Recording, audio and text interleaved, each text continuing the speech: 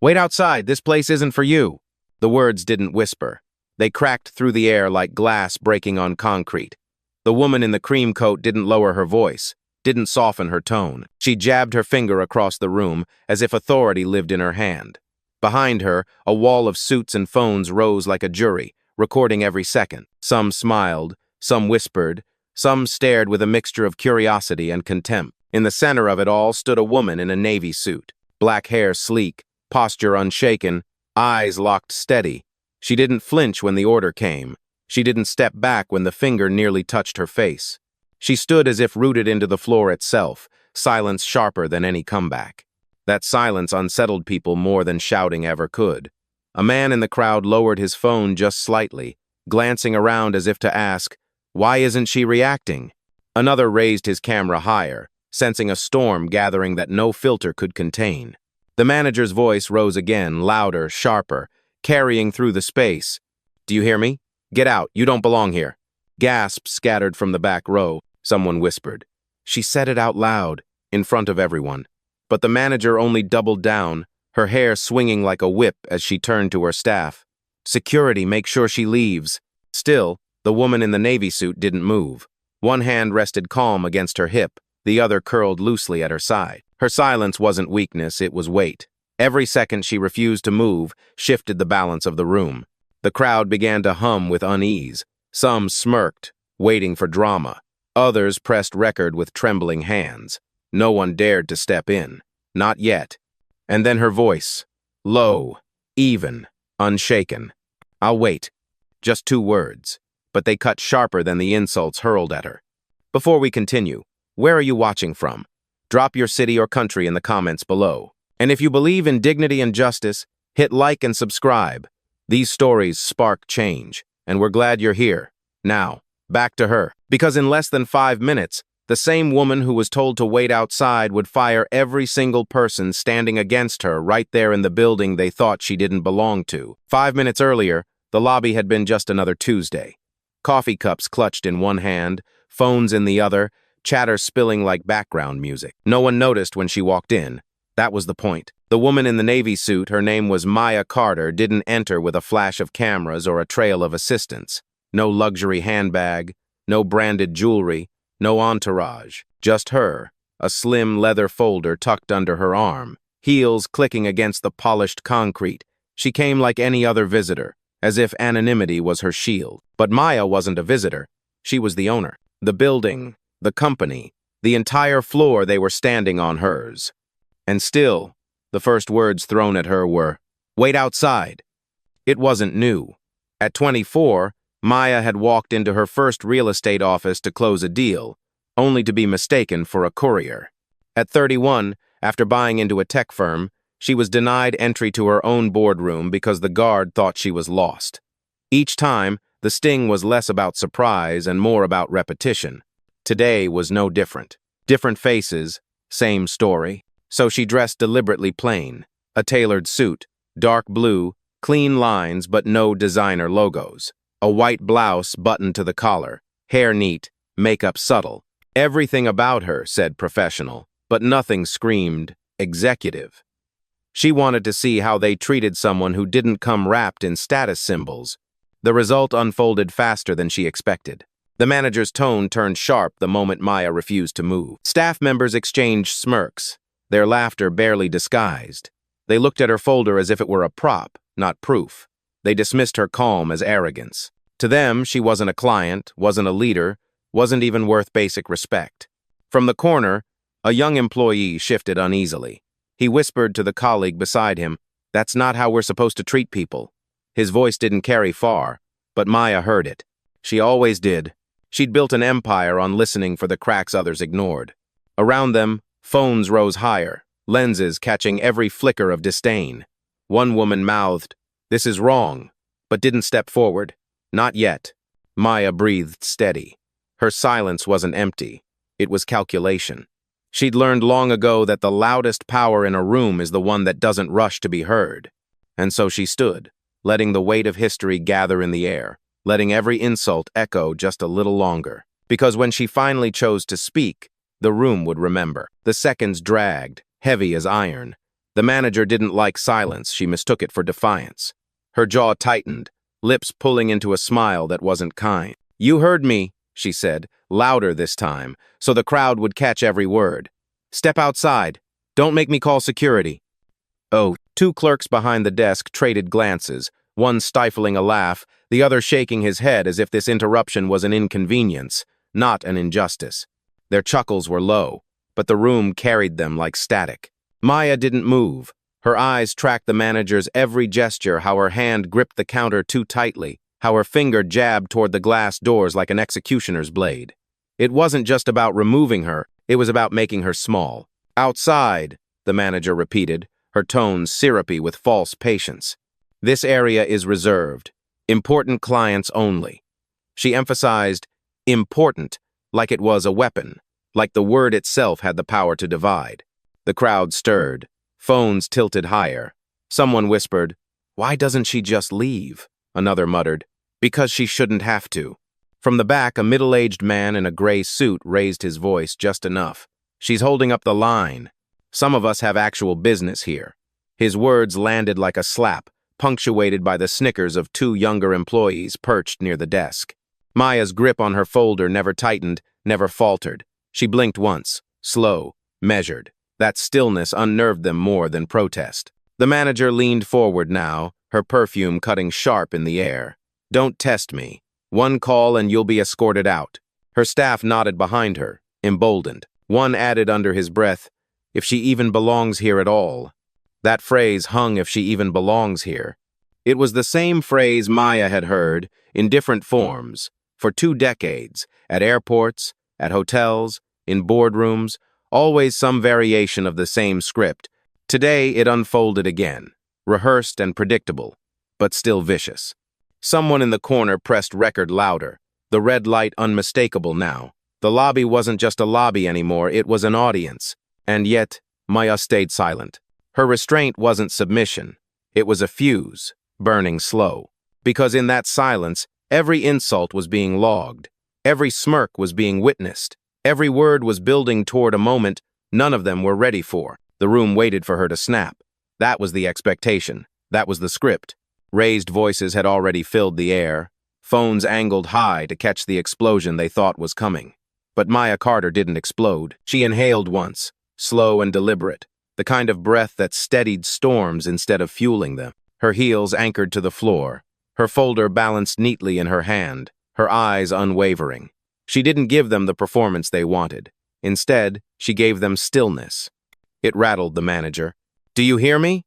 she barked again, sharp enough to echo against the marble. "This is your last warning."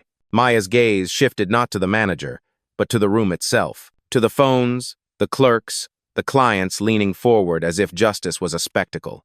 Her silence drew them in, made them lean closer, made them realize the cruelty was one-sided.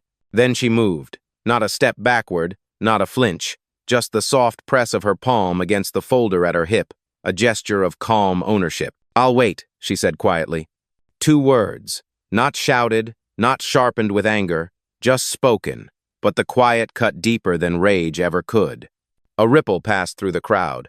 One man lowered his phone, eyes narrowing as if to say, "Who is she?" Another whispered, "She's not afraid." The manager's smirk faltered, if only for a second. She covered it quickly with another bark of authority. "Security will handle this," she declared, but the edge in her voice had dulled.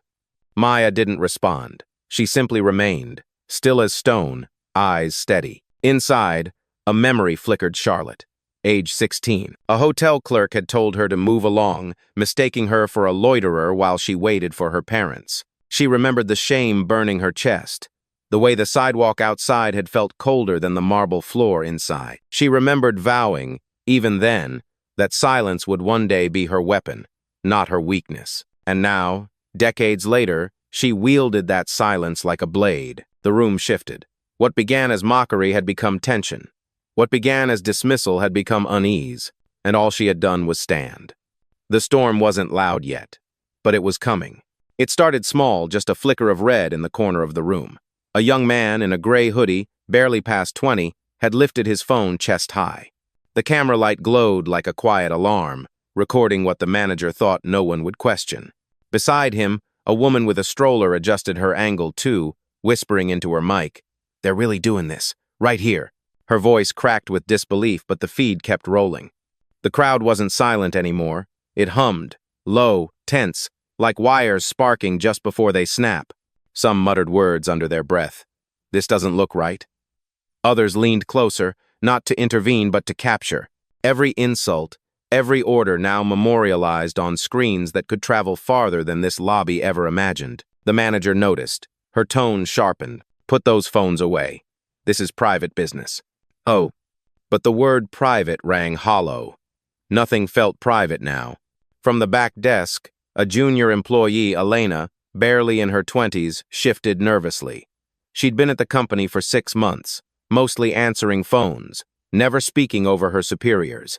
But now, her eyes darted from Maya to the manager, then to the glowing phones. She mouthed almost silently, "She doesn't deserve this." Maya caught it, just a flicker of lips, but she saw. A man in a pinstripe suit leaned toward his colleague. "They don't know who she is," he muttered. The colleague frowned. "Does it matter? No one should be treated like that." The tension was no longer one woman against authority. It was a room dividing those who believed the script and those who began questioning it. Maya still hadn't moved. Her silence was the canvas, and onto that canvas, everyone else began to paint their reactions: suspicion, sympathy, disdain, disbelief. The phones captured it all. The crowd became witnesses, unwilling or not. And with every second that passed, the balance shifted further from dismissal to exposure. Because humiliation behind closed doors is denial. But humiliation under the glow of 100 cameras, that's evidence. The weight of cameras didn't cool the manager's fire, it fed it. Her cheeks flushed as she straightened her blazer and stepped closer to Maya, voice loud enough for the farthest corner. "She's wasting everyone's time. Security!" she barked, waving sharply toward the desk. 2 clerks exchanged uneasy glances. One reached for the phone, hesitating, while the other muttered, "Are we really doing this?" But hesitation didn't matter. What mattered was the order. The call began to ring. The manager leaned in, eyes cold. "You think standing here quietly makes you innocent? Fraudsters are always calm until they're caught. You don't belong here, and I won't let you play games in my lobby." The crowd shifted again. Murmurs rippled like a tide. A man near the espresso bar whispered, "She showed ID. I saw it." His friend shook his head, uncertain. Then why are they treating her like this? Behind them, Elena, the junior employee, clenched her jaw. She whispered to herself, but loud enough for the woman beside her to hear. "She's in the system. I saw her name this morning." The woman's eyes widened, but Elena froze before speaking louder. Fear and conscience wrestled in her chest. The manager's hand slammed against the counter. "Now!" she snapped at her clerk.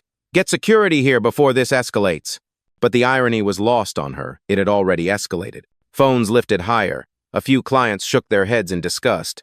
One woman muttered, "This is going to blow up online." Through it all, Maya stood unshaken. Her silence wasn't empty. It was pressure. And that pressure was cracking the facade of control the manager thought she held. The clerk on the phone swallowed hard. "Security. Yes, we have a situation," he stammered, eyes darting toward Maya. "Possible trespassing." His voice wavered, but the word trespassing carried like a verdict. Gasps broke out. A young father in the corner turned to his daughter, whispering, "Remember this. Sometimes the people in charge are the ones in the wrong." Maya didn't blink.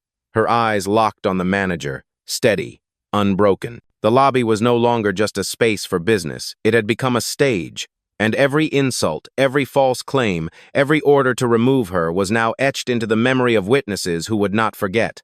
The trap was tightening, but not around Maya. Around them. The phone slammed back into its cradle with a hollow thud. The clerk's voice still trembled in the air. "Security's on the way." The manager straightened, shoulders squared, lips curled in triumph. "You heard that? They'll handle you in minutes." Her voice rose louder, meant for the crowd, meant for the cameras. "We don't tolerate con artists parading through this lobby." And then, she did it. With one sharp tug, she snatched the leather folder from Maya's hand. Papers fanned across the desk, some sliding to the floor. Gasps echoed as she shoved them back toward Maya like scraps. "This junk doesn't prove anything," she sneered.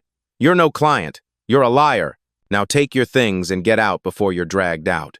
The words landed heavier than the folder itself. Phones tilted, recording every syllable. One woman clapped her hand over her mouth. A man whispered, "She just destroyed her documents." Another muttered, "That's theft." Still, Maya didn't raise her voice. She bent slowly, gathering one loose page from the floor, her fingers steady, her expression unchanged. She placed it back into the folder with precision, like every movement carried meaning. The manager leaned across the counter, voice venomous. "You think standing still makes you untouchable? You belong outside, out there where people like you wait." She jabbed her finger again, this time inches from Maya's face. "Not here. Never here."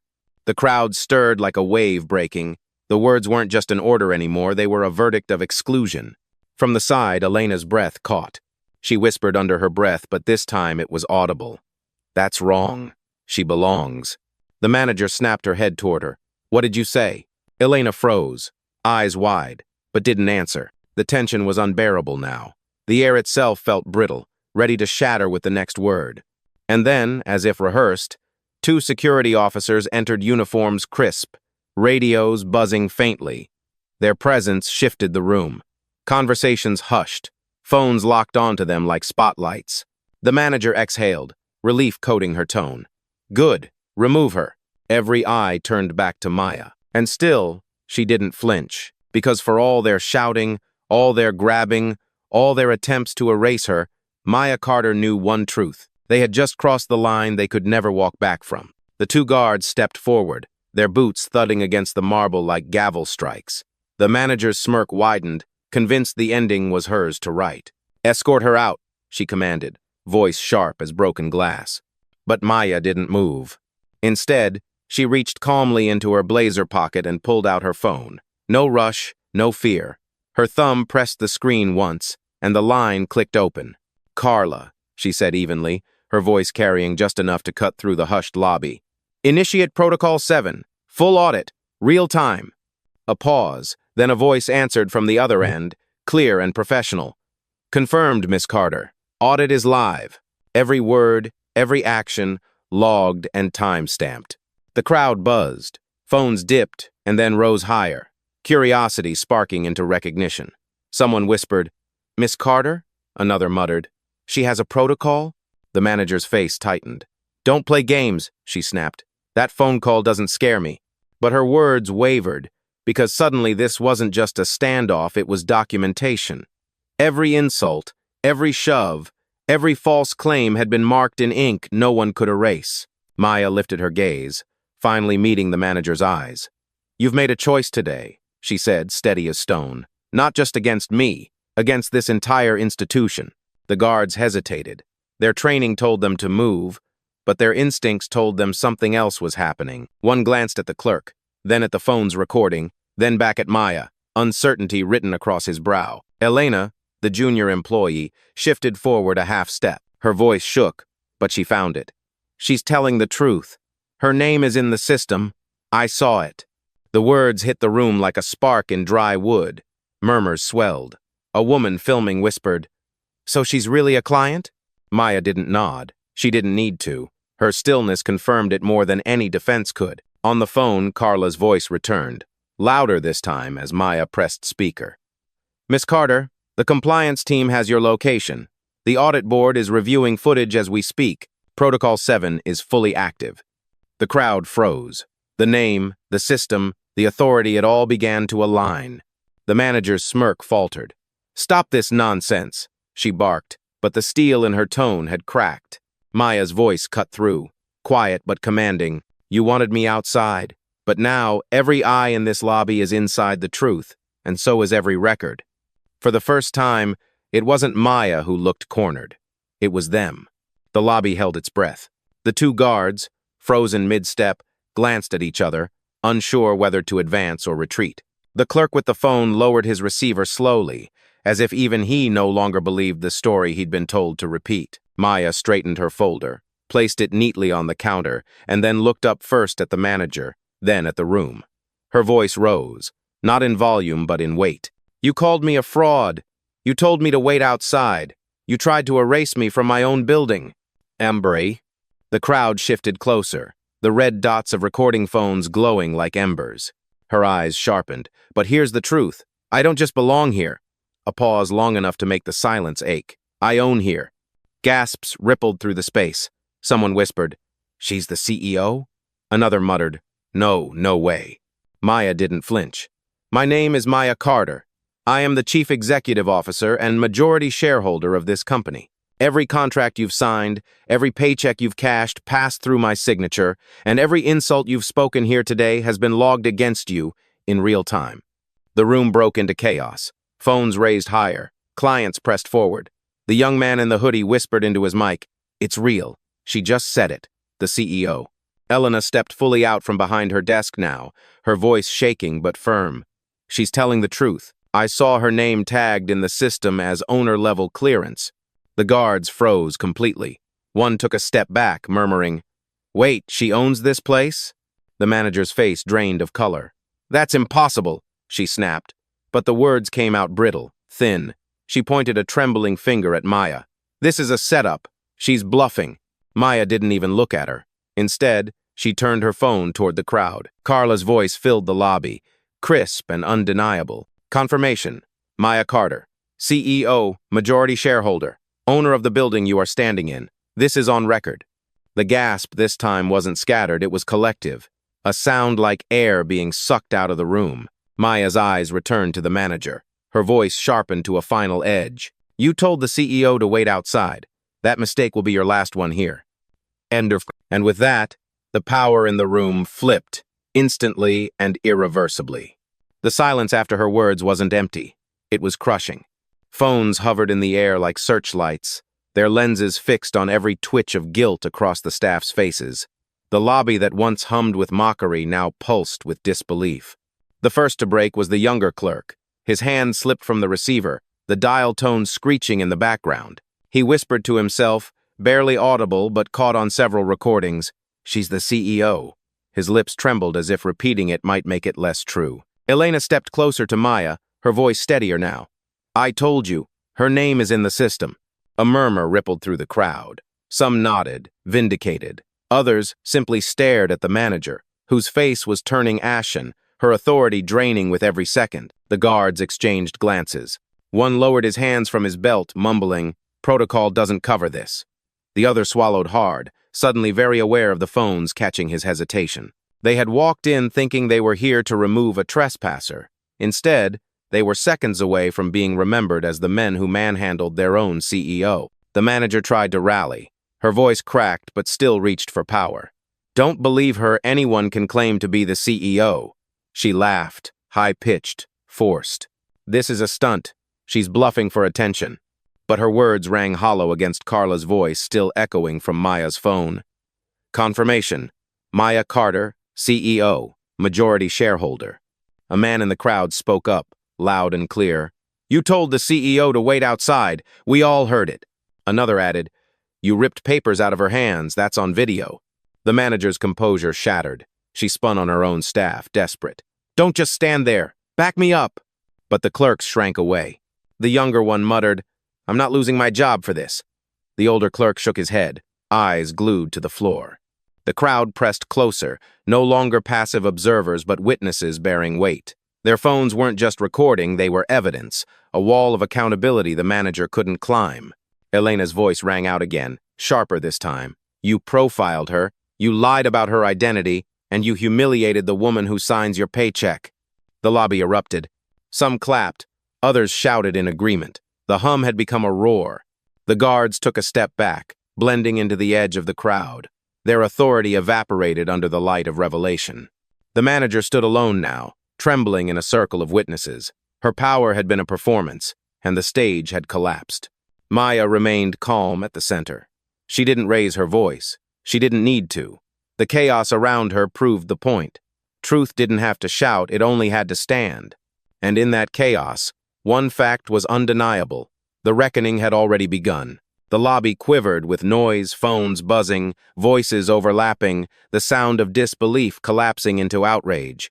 But in the eye of that storm, Maya Carter stood perfectly still. Her stillness was command. She lifted the phone from the counter and pressed one key. The speaker clicked louder, Carla's voice blooming across the marble floor like a gavel drop. "Miss Carter, The board is patched in. HR and legal are on the line. Orders? The crowd froze. The words board and HR weren't just corporate jargon, they were execution orders. Everyone knew it. Everyone heard it. Maya's eyes never left the manager. Her voice was low, even, but each word carved deep. Terminate their contracts. Effective immediately. The manager gasped, her bravado cracking. You can't just... Maya cut her off with a single look. Then she repeated, sharper this time. Terminate. Effective now. Ho. On the other end, Carla's voice carried no hesitation. Understood. Executing order. Locking credentials. A soft chime echoed through the lobby first, the manager's badge vibrating at her hip, then the clerk's. One after another, red lights flashed where green once glowed. Phones buzzed with access alerts. The system had spoken. The younger clerk pulled his ID from his lanyard, staring at the tiny red LED blinking like a heartbeat gone wrong. It's deactivated, he whispered. The older clerk tested his tablet screen locked, credentials denied. His face paled. And then, the manager. She tried to swipe her badge against the side panel. A sharp tone answered back access denied. No, she breathed, shaking her head, slamming the card again and again. Each time the same sound, louder, crueler. Access denied. Access denied. Her authority had collapsed in real time, and the lobby was watching.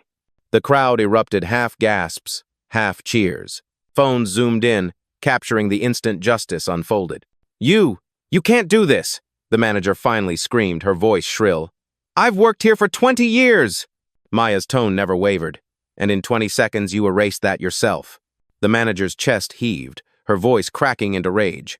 I didn't know. How was I supposed to know? Maya stepped closer, her heels clicking against the marble with surgical precision. It wasn't about not knowing, it was about not caring. You saw me, and you decided I didn't belong. That decision was yours, and so is this outcome. The guards stepped back entirely now, arms at their sides, eyes lowered. They understood. The person they'd nearly laid hands on was the one who signed their paychecks, and she had just erased the authority of the woman who ordered them forward. One of the guards muttered under his breath, "She's done."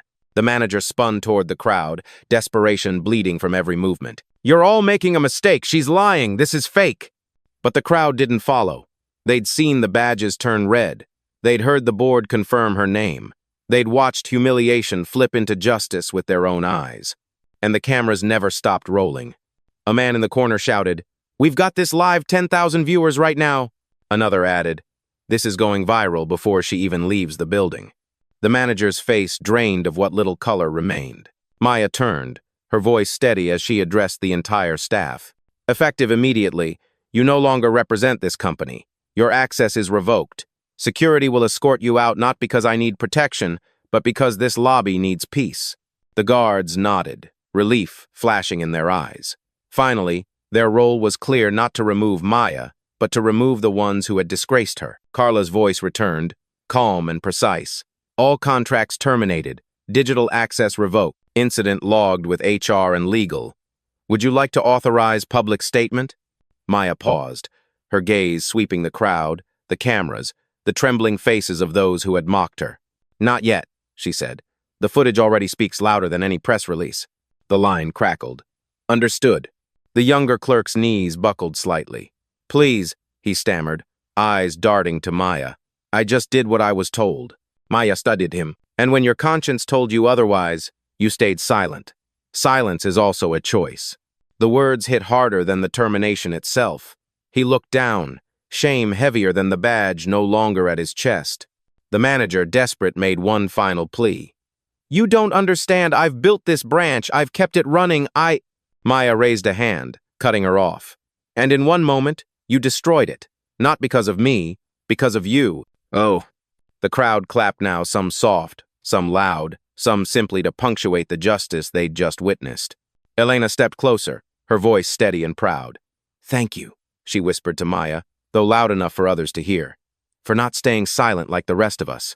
Maya gave her the faintest nod, an acknowledgement of courage yet to come. The manager stood there, hollow, badge blinking red, her authority dissolved. Around her, the clerks looked equally lost, as if the ground beneath their feet had vanished. And Maya Carter, silent, steady, unmoved, remained at the center, the calm force that had dismantled an entire structure without ever raising her voice. Justice didn't come with shouting, it came with consequence.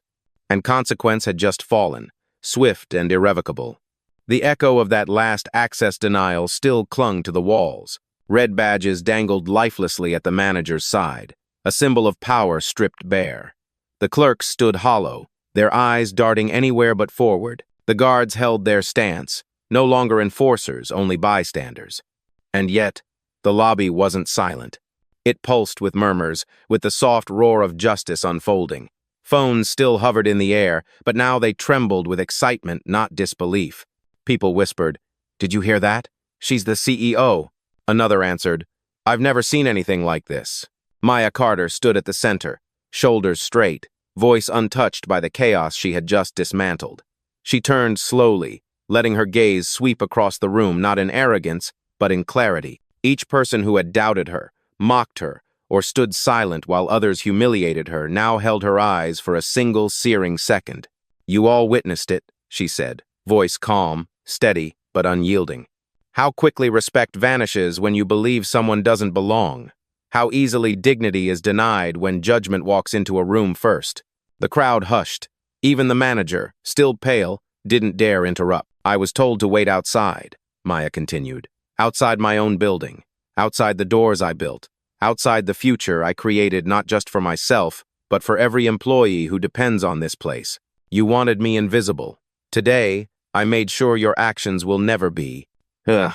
Phones zoomed closer. One live stream spiked in viewers, comments scrolling faster than the eye could track. "Chills! This is history." Finally, someone said it. Elena, the young employee, wiped a nervous tear before it could fall. Maya caught it. She softened, just for a moment, her tone carrying weight not just for the guilty, but for those who needed hope. To those who stood silent, Maya said, "Remember this. Silence is also a choice. You don't have to scream to stand for justice. Sometimes all it takes is one voice, steady and sure. Be that voice next time." The words struck deeper than any termination order. Some heads lowered, others nodded, quietly promising themselves they wouldn't stay silent again. The manager finally broke, her voice small, pitiful. "You've ruined me!" Maya turned, her expression unreadable, carved from stone. You ruined yourself. The moment you decided appearance was worth more than truth. The moment you confused prejudice with professionalism, that was your mistake, not mine." She paused, letting the silence deepen, the weight settle on every shoulder in the room. Then she delivered the line that would echo long after the phones stopped recording. "You mistook my silence for weakness. That was your last mistake." The lobby gasped. Some clapped instinctively. Others whispered the line under their breath, already rehearsing how they'd repeat it later, how it would echo across feeds and hashtags. One young man near the door turned his phone to himself and said into the live stream, "That's it. That's the line. That's the moment." Maya didn't linger for applause. She didn't need it.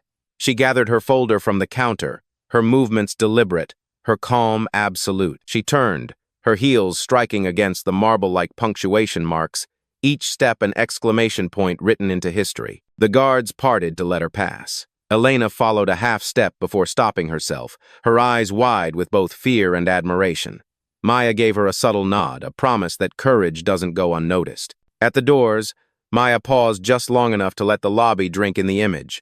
The CEO, walking out not in defeat, but in sovereign control, while those who had mocked her stood powerless behind. The cameras caught it all. They would share it, replay it, remix it. Millions would see not just humiliation, but reversal. Not just injustice, but justice embodied. Maya didn't need the world to know her name. She needed the world to know her message. Dignity doesn't beg. Justice doesn't shout. Power doesn't pretend. It stands, and it never waits outside.